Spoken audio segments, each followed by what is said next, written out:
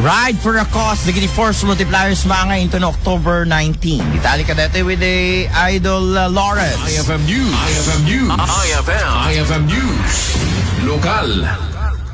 Impaka mo ni Mr. Leo Barayoga Badwa, Vice Chairman the Force Multiplier Peacekeeper Riders of Ilocos Norte Incorporated, ang mga isayang kada ti Ride for a Cause para kadagiti kakailyan nga agkit daw ti tulong pinansyal para kadagiti panang pataming da kadagiti sa gubanit da kuna ti Vice Chairman adagiti benepisyaryo ket lima nga ada sa gubanit na ang may sakit pulis NUP ken civilians. Imbatad na ang mapasamak ti Ride for a Cause into no October 19, Domingo, iti oras nga alas 4:30 ti bigat at starting point na ket Ilocos Norte Police Provincial Office Grandstand. Dating event niya po ket Ride for a Cause ti FM pa rin yung Force Multiplier Peacekeeper Riders of Ilocos Norte Provincial Police Office.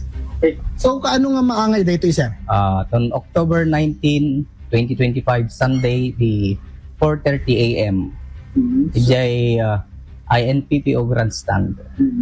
Dati ket dali mga beneficiaries mi nga agduduma dati sakit ken kasapulan ti financial takno ti kasta masupusupan dagiti financial assistance da. Ken sapay kumata ado ti magisalip ka dito nga Ride for a Cause sa magkikasta taktakel ti may tulong ken makaada pay may singit tayo nga matulungan nga sa bali. Segun ken Mr. Badwa nga agtultuloy ti registration dagiti kahit na makisalip aging gan October 15, 2025 tapno makakamakam dagiti sanpay ang nag-register.